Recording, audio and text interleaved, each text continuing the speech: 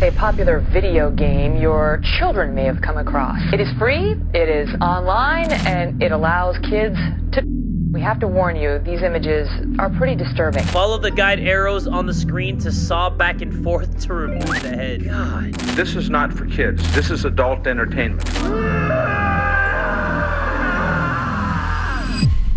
Video games first started as a niche hobby, uncommon to the general public. Now there are more than 3 billion gamers in the world, almost half of the human population. You probably grew up playing video games at an early age, but playing games isn't always a positive experience. Sometimes they can give you nightmares, or in some situations leave you scarred for life. Today we'll be looking at kids games that are too disturbing for kids, and as we go deeper, we'll uncover just how dark video games can really get. And as always, I hope you guys have an absolutely marvelous week.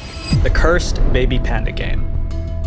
The panda is one of the cutest animals in the world, which also happens to be the mascot of a YouTube channel for kids, Baby Bus. In their description, Baby Bus provides intelligent early childhood educational content for kids up to 6. But what's interesting about Baby Bus is how big it really is. On YouTube, Baby Bus has over 130 million subscribers across multiple channels. Outside of YouTube, Baby Bus also makes a lot of mobile games targeting children, one of them being Baby Panda Dental Care. Released on April 27th, 2020 on the Google Play Store, Baby Panda Dental Care has over 10 million downloads. The game is rated for a 3-year-old audience and allows players to step into the role of a dentist. All patients in the game are cute animals who look for you to fix their teeth. The game is really innocent. But Baby Panda Dental Care wasn't always like this. In 2017, Chick World, another kids mobile game developer, released their own version of Baby Panda Dental Care. It had the same name as Baby Bus's game and similar gameplay, but it looks like this. This version of the game has highly unsettling visuals. There's only one patient, a panda with its dirty yet detailed teeth. The end result is an uncanny valley-like experience. The uncanny valley is used to describe an uncomfortable feeling that we get when something feels human, but it isn't. The panda you meet in the game doesn't look anything like a real panda. It has a mouth that looks human and its eyes are wide open. Throughout the operation, the panda stares at you without blinking. It already feels creepy enough for adults, so for kids it would be even worse. In 2019, Chick World's Baby Panda Dental Care was removed from the Play Store, but by then it already had over 10,000 installs. The mobile game may be gone, but the browser version can still be played today, rebranded as Cute Panda Dentist Care. These next games, inspired by Disney, are surprisingly not appropriate for a younger Disney-loving audience. The dark influence of Frozen. Making content for kids comes with a lot of restrictions, but do it properly and you'll hit the lottery. Look no further than Disney. Both Frozen 1 and 2 ranked in the top 5 highest grossing animated films of all time. From the songs to the merchandise, Frozen is a franchise that shaped the childhood of millions across the world. So many brands took advantage of this and created hundreds of thousands of Frozen merch. The catch, most of them are fake, but these unlicensed goods aren't just physical, they're digital too. Fake Frozen games are everywhere. This is just one example, Snow Queen Flying Knife. The goal of this game is to toss knives at targets that appear on a rotating wooden circle. But the circle also has Hans, the villain from the first Frozen movie, strapped onto it. Hitting Hans results in, well, let's just say, really graphic imagery and screaming. But that's not even scratching the surface of how weird these fake Frozen games can get. A lot of these games put players in the role of a surgeon, operating on Frozen characters in a gruesome fashion. Elsa Cesarean Birth is a game where you have to help Elsa give birth by cutting to deliver the baby. On top of the gore, what makes this game even more disturbing for kids is that it's possible to lose the game, suggesting that if you fail, it's possible that the baby or Elsa herself didn't make it. Other games that deal with the health of Frozen characters include Baby Elsa Spinal Surgery, Frozen Anna Brain Surgery, and Olaf Eye Care. A lot of kids love the Frozen characters, so showing them with serious injuries can leave them pretty uncomfortable. But some of these fake Frozen games are much worse, but we can't talk about those ones or YouTube would be furious. Frozen isn't the only franchise with tons of problematic kids content online, but it is the biggest. On YouTube, there was the Elsagate incident. Hundreds of thousands of YouTube kids videos were discovered as being very inappropriate for kids. But unlike Elsagate, it doesn't seem like these fake Frozen games will be getting banned anytime soon. Yet in the world of disturbing kids games, it's not always gore that makes it problematic. Sometimes just the style of the game itself is enough to give kids nightmares. The truth behind Majora's Mask. For kids growing up in the early 90s, the console war they'll remember was fought by Sega and Nintendo. But by the end of it, Nintendo won. What made Nintendo different from competitors was its family-friendly image. Nintendo's marketing strategy is the reason why we have huge gaming franchises like The Legend of Zelda. Their popularity is largely thanks to how Nintendo catered their games to a younger audience. But even then, there are some games from Nintendo that players find dark. In the Legend of Zelda series, one of the old classics that still gets discussed to this day is Majora's Mask. Considered by many to be the creepiest Zelda game, Majora's Mask haunted the dreams of a lot of its players. But why? To understand why Majora's Mask was so chilling, you have to understand what it was like when the game first came out. The previous entry in the franchise, Ocarina of Time, brought the series into 3D for the first time and became one of the greatest video games of the decade. It has some of the most iconic music in all of gaming, and at the time, it flawlessly captured the grandiose feeling of adventure. Ocarina of Time influenced the path of the entire medium of video games. To follow up on this historic achievement, Eiji Aonuma, the lead designer of the Zelda games, was given an impossible task. He had to develop the sequel to Ocarina of Time within a year. The stress of this deadline gave him nightmares. According to an interview, it was these nightmares that inspired the dark elements of Majora's Mask. And on April 27, 2000, the game was finally released for the Nintendo 64. So from Link being a triumphant hero in Ocarina of Time, how does Majora's Mask kick things off? With Link getting robbed and being transformed into a plant-like creature. Right off the bat, the game has a pretty grim tone, and to make matters worse, there is a time limit that plays an important role in the game. It deals with some pretty dark stuff, especially at its time of release and for a Zelda game. I mean, you have 3 days to save Termina, or everyone gets crushed by a moon that's inching ever closer by the second. For a lot of kids who didn't know what they were doing, they were greeted by this bad ending of the moon destroying everything. The moon itself is the stuff of nightmares, with an evil face always looking down at the player. The game's depressing atmosphere is thanks to the fact that its world is ending in 3 days. Some characters in Majora's Mask either live in denial or in complete hopelessness. For example, the swordsman at the school says he's not scared of the falling moon and thinks he can cut it into pieces. But in the final 6 hours before the moon falls, if you go to the school, the swordsman barricades himself in a hidden room curled up crying, terrified of what's to come. If you beat the game by saving the world, no matter what you do, there is no happy ending. In the end credits, most of the residents of Termina are celebrating, except the Deku butler, one of the characters you meet in the game. The game's good ending always shows him mourning the loss of his son. It's grim moments like this throughout the game that fills the player with a sense of emptiness. In the end, Majora's Mask was a game born from the nightmares of its creator and brought to life. Fast forward 20 years later, and the game is still being analyzed by YouTubers to this day. Majora's Mask also inspired Ben Drowned, one of the most popular internet horror stories from the mid-2000s. Surprisingly, Majora's Mask isn't the only Nintendo game inspired by its creator's experiences. The game in our next chapter turns its creator's childhood memories into pure nightmares. The game based on a scarred childhood.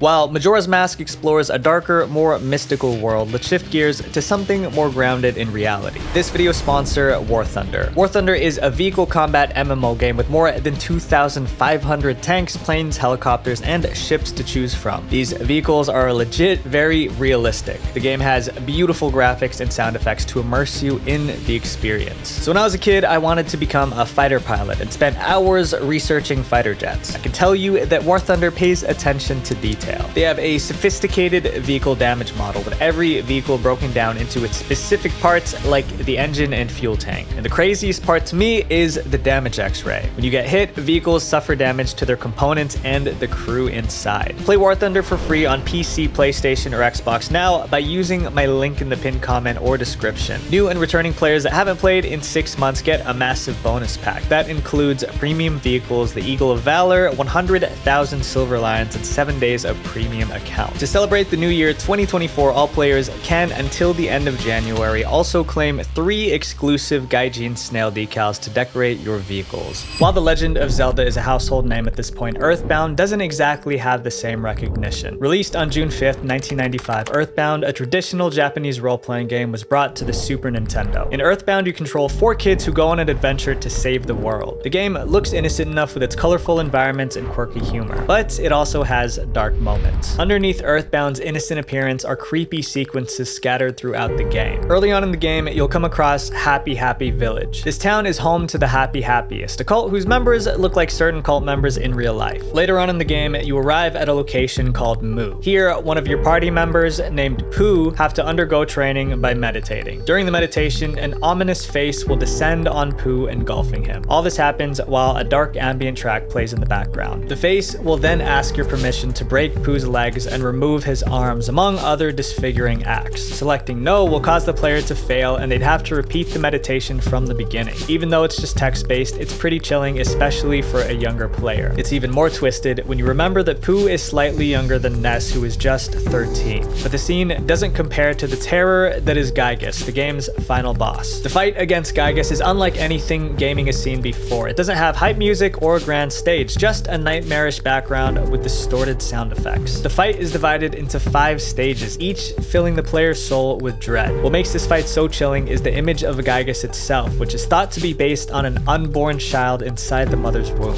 While this theory is later proven to be false, what a lot of Earthbound players didn't know is that the game is based on a childhood experience that scarred its creator, Shigesato Itoi. When he was a child, Itoi went to a movie to catch a flick with some friends, when unfortunately he walked into the wrong theater. He mistook this one love scene between 2 characters to be a romantic one, but in reality it was, well, something not so consensual and advertiser friendly, if you know what I mean. This moment changed Itoi forever. Later on, as an adult, Itoi drew on the loss of his innocence as inspiration for making Earthbound. While the game is remembered today as a cult classic, it didn't change the fact that it was a deeply disturbing game for kids. And for the developers in our next chapter, their goal isn't to express themselves artistically. Sometimes the goal is to spread propaganda even at the expense of kids. PETA's disturbing propaganda. People for the Ethical Treatment of Animals, or PETA, is an animal rights group with an interesting history. Online, you can find hate for the organization almost everywhere. PETA is known for its outlandish publicity stunt. You might not know this, but surprisingly, they've also made a few video games. A lot of these games are parodies of beloved Nintendo titles. They're free and can be played on PETA's website. But unlike the Nintendo games that they're based on, PETA's versions aren't very kid-friendly. Pokemon Black and Blue is a good example of this. The game's cover art shows Pikachu and other Pokemon injured. The player versus player combat is similar to Nintendo Pokemon games, but very short, with only 4 fights in total. But after the first fight, Nurse Joy, the nurse in all the Pokemon games, will appear to give you a treasure chest. Choosing to accept the treasure chest will open a new tab that plays a video. That's a pig, Luke! Alright, we're not playing that. That's... Oh! Okay, so nothing is worse than getting a shock video. Oh, essentially what you have is a shock video here, right? Yeah. And then decorating that in a children's video game. Yeah. And using that as a mechanism to show and shock people. Pretty bad. To try and push off your propaganda. That is up. PETA repeats this formula in a lot of their parody games. In their second Pokemon parody game, Pokemon Red, White, and Blue, you fight against McDonald's characters. After the first fight, you'll be asked if you want to open a treasure chest, which takes you to an age-restricted video. Besides the video, the gameplay of both Pokemon games isn't too disturbing, but the same can't be said for PETA's Cooking Mama parody game. The original Cooking Mama game is a series of cooking simulators made up of a lot of cute mini-games. PETA's version has you preparing a turkey for Thanksgiving. The game shows a lot of blood and internal organs, and like the Pokemon parodies, it's also linked to an external video. Cooking Mama's audience is obviously kids, and they very easily could stumble upon this game, and they could just as easily get to the point in this game and then get scarred by this video. Both Cooking Mama's developer and Nintendo have responded to PETA's versions of their games and decided not to take any legal action against them. The twisted use of propaganda in these children's games disturbed some kids, but in our next game, even adults were terrified about it too. The scariest arcade game ever. Going to the arcade is usually a fun experience for the whole family. With all kinds of genres, there's always a game for everyone. Well, most of the time. Unlike our previous entries, which relied on gore or a creepy atmosphere, this arcade game has gained a legendary reputation for the pure, unfiltered terror it creates. Sinar. A game many of you might not have even heard of. yet it still managed to scare the life out of countless children and even adults back in the day. Created by Williams Electronics in 1983, Sinar is a game where you pilot a spaceship from a bird's eye view. It was revolutionary for being the first sit-down arcade game to have stereo sound. The immersive audio gave the feeling of sitting inside a cockpit, and thanks to this new technology at the time, arcade goers were blown away by the experience. At first, there's nothing scary about the game at all. You control your ship with a joystick, firing your laser at things while trying not to get hit. But as you keep playing, you'll hear something. Before I can see the monster, I can hear him, in what must be the most frightening introduction of any character in gaming history. Just the mere thought of this voice would give me a quiver in my liver, and I would not be able to sleep for days. Beware, coward. Run, coward. That was the voice of the game's boss, Sinar. All of Sinar's lines were recorded by Chicago DJ John Dormus, except for one line. Sinar's iconic scream was a lion's roar recorded from a zoo. This was the roar that struck fears in the hearts of countless children back in the 80s. But it wasn't just the voice. Sinar is one big monstrous face that relentlessly chases the player down. Your spaceship's attacks do not work on Sinar, and the only way to beat it is to collect the crystals. These crystals turn into weapons called Cinnabombs, which is the boss's only weakness. The game never gave clear instructions on this mechanic, so for a lot of kids playing this back in the day, the sudden appearance of this unbeatable force of nature made their blood run cold. This was also before the internet was a thing, so most players never figured out how to beat Sinar. Those who do defeat Sinar will be shocked to learn that he keeps coming back. The game's difficulty and its terrifying reputation ended up costing the developer Williams Electronics. Sinar did not become a commercial success when it first launched, but decades later, the arcade game now has a huge cult following as a collector's piece. Sinar is a blast from the past for many adults today. The game's amazing use of sound set the trend for many horror games today. But sometimes when a business strategy doesn't work, you have to try out new trends that run an entirely different form of inappropriate content. The game where you choose your own story. Episode is a free-to-play visual novel style game where players can read interactive short stories. By choosing certain options, they can affect how the story plays out. But what separates Episode from a lot of other visual novel mobile games is its user-generated content, which is in-game content that its users create themselves. The top user-submitted stories even earn their creators money. With over 12 million creators, a lot of them would do anything they can to get clicks. This leads to a lot of questionable content on Episode. If you go to the App Store, Episode is rated 12+, but some of the stories on the app are just not appropriate. I would be scared to read them as a 12-year-old if that was given to me. Some of them are things that you wouldn't want to see if you're 12 years old. But it isn't just the users who are coming up with the inappropriate content for the game. Episode itself has a reputation for its weird ads that are not suitable for younger audiences. These ads usually show suggestive scenarios. Episode often advertises its games through other kids' mobile games. Because of this, a lot of kids were exposed to Episode's indecent ads even before getting to play a second of the game. This drew a very angry reaction from parents, since this is how some kids were introduced to the game. So how does Episode make money? Like a lot of other free-to-play games, Episode uses an energy system, which is the type of currency for the game. Players spend energy to read more content. Once your energy runs out, you can either wait for more or buy energy through the app. But for Episode, their monetization gets a lot worse. Some dialogue options are locked behind a paywall. It doesn't matter how long you wait, the only way to explore these options is by paying with premium currency. Often, this content tends to be the more steamy option, if you know what I mean. So on top of being marketed towards kids, Episode tries to exploit their curiosity and make them hooked on adult content they shouldn't even be consuming. From its ads to its stories, Episode has an entire ecosystem designed to profit off the undiscovered desires of its young audience. But as if suggestive animated content isn't dark already, this next game takes it one step further. A game based on a disturbing folklore. Not all games are created for the sake of enjoyment. Take for example the game Cosmology of Kyoto, an educational PC game released in Japan back in 1993 and North America a year later. Even though it had glowing reviews, the game didn't do well commercially. Cosmology of Kyoto barely had any players, but there were still some kids who stumbled across the game only to get scarred from the experience. Over the years, Cosmology of Kyoto gained a cult following because of just how eerie it was. It's even Guillermo del Toro's favorite game. Director of famous films like Hellboy. But just what is it that makes Cosmology of Kyoto so unsettling? To answer that, we have to travel back in time to the Heian period in Japan at around the year 1000. This is when the game takes place, and right off the start you can feel that something's off. The illustrations are all gorgeous, with a muted color palette and deep shadows, giving it a dark and creepy edge. The sky in the background and the empty, eerie streets really give this game a forlorn and foreboding feel.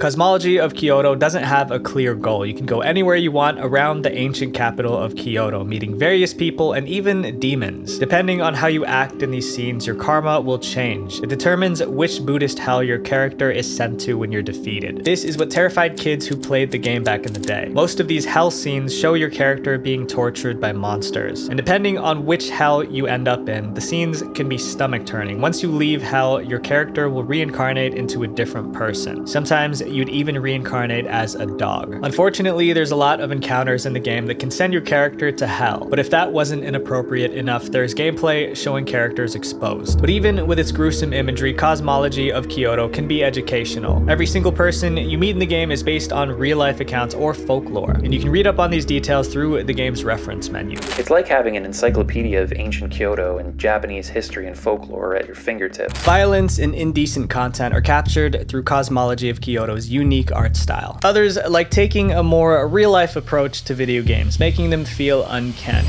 The uncanny valley of full-motion video games.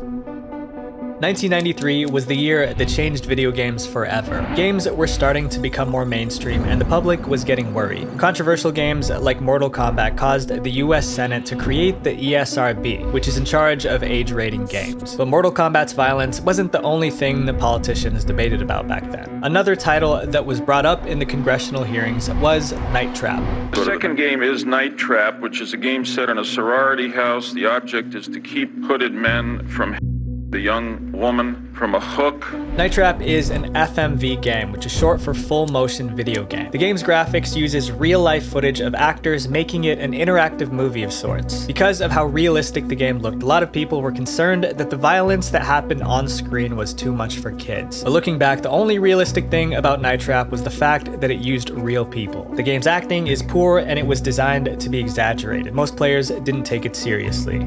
Night Trap, the most infamous FMV game of all, which had terrible story, acting, sets, lighting, costumes, special effects, and boring gameplay. But that didn't stop politicians from using Night Trap as fuel to criticize video games. The game was hardly the most problematic FMV title at the time. Instead, there was another FMV game that flew under the politicians' radar. A game so dark it got banned in multiple countries. That game is Phantasmagoria. Released on August 24th, 1995 for the PC, the game puts players in the shoes of a writer who has to survive inside a mysterious mansion. Unlike Night Trap, Phantasmagoria's acting was far more realistic. It's a horror game with multiple bad endings. Not only were there a lot of brutal scenes in the game, but there was even one that involved a non-consensual act. Even though the game is completely unsuitable for kids, that didn't stop many of them from playing it. The game's creator, Roberta Williams, felt that Phantasmagoria was unfairly targeted by the media. According to her, it's because at the time, many people thought of computer games as children's entertainment. The game ended up haunting the dreams of a lot of kids. Phantasmagoria was so controversial that multiple organizations called for a boycott of the game. But even after all that, the game was a commercial success. Of course, the controversy worked its magic, and the game went on to sell over 1 million copies. Reading controversy is something the games in our next chapter do very well. But unlike Phantasmagoria, these games weren't made to make money. They were made to offend as many people as possible, even the victims of real-life tragedies.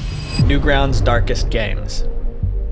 On December 31st, 2020, Adobe Flash Player, which was a program used for many online games, was officially discontinued. Unless your page had certain features, that meant you couldn't play Flash games anymore. But with the end of Flash came one game that took the world by storm: Friday Night Funkin'. In 2021, Friday Night Funkin' went viral as a rhythm game with an art style inspired by many Flash games that came before it. It was everywhere. YouTube, TikTok, mod pages, bootleg merch, Roblox, in-class talent shows. At a time when people were stuck in lockdown, Friday Night Funkin's early 2000s aesthetics reminded players of the good old days. It unleashed new life into Newgrounds, the biggest community of flash animations and games. This helped the new generation of young gamers rediscover an old part of internet culture, including its darker sides. You see, one character in Friday Night Funkin is Pico. What a lot of players don't realize is that Pico is originally from a different game called Pico's School. Developed by Tom Fulp, the founder of Newgrounds himself, Pico's School was released way back in 1999. You play as Pico, a survivor of a school tragedy. The goal of the game is to defeat the perpetrators behind the tragedy and save the school. It's also based on a real-life incident that happened that same year in 1999. But even then, Pico's School is only the tip of the iceberg compared to some of Newgrounds' darkest titles. There were several other Flash games on the site that were also inspired by real-life tragedies. Unlike Pico's School, games like VTech Rampage put you in the shoes of the perpetrator. To beat these games, the players had to commit atrocities similar to what happened in real life. Worst of all, they even featured characters who shared the same identity as the victims in real life. When asked why these games were made, the creator who made both of them said, "Because it's funny." Making so many angry has won me enough points for the rest of my life. These games stirred up a storm of controversy that family members of the victims even responded. It's absolutely disgusting that somebody thinks this is funny. And we're all suffering. All the families are suffering. Because Newgrounds values the artistic freedom of its creators, a lot of these games can still be played on the site today. Whether or not you agree with it, Newgrounds can be seen as a kind of time capsule, preserving both the good and bad sides of the internet. And for a lot of kids in the early 2000s, it was their childhood, even if some ended up getting scarred from it. This was also the case for our next game,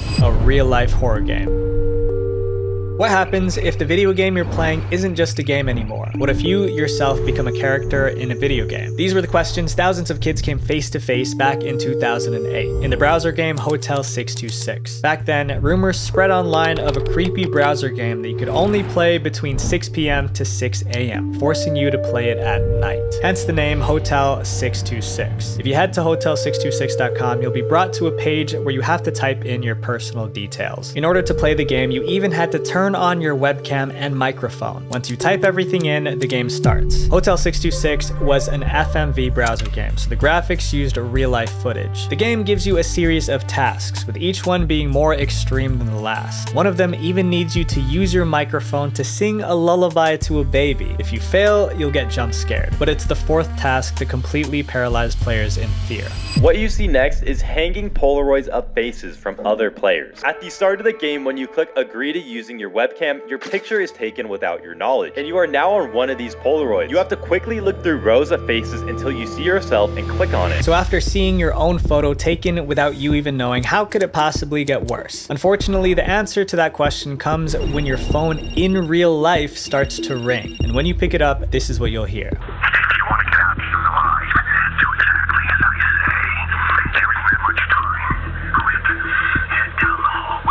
The game tells you the instructions for the next task by calling your real number. Following the instructions will lead you outside of the hotel and into a car. As you start up the engine, the game ends, right before one last jump scare. But even after the game ends, the horror doesn't, because some players reported getting a phone call days after playing the game. The voice in the call told them you never really left the hotel. There's no real escape from its horrors. Hotel 626 was a horror experience that went beyond the four corners of your screen. Sadly, Hotel626.com was shut down in 2011.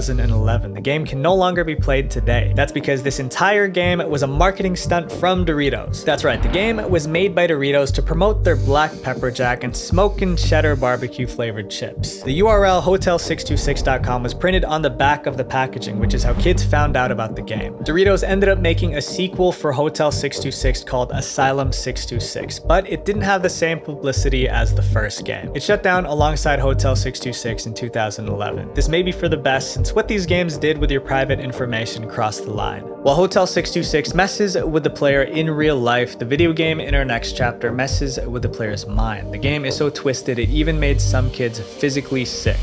The dangers of dark Roblox games.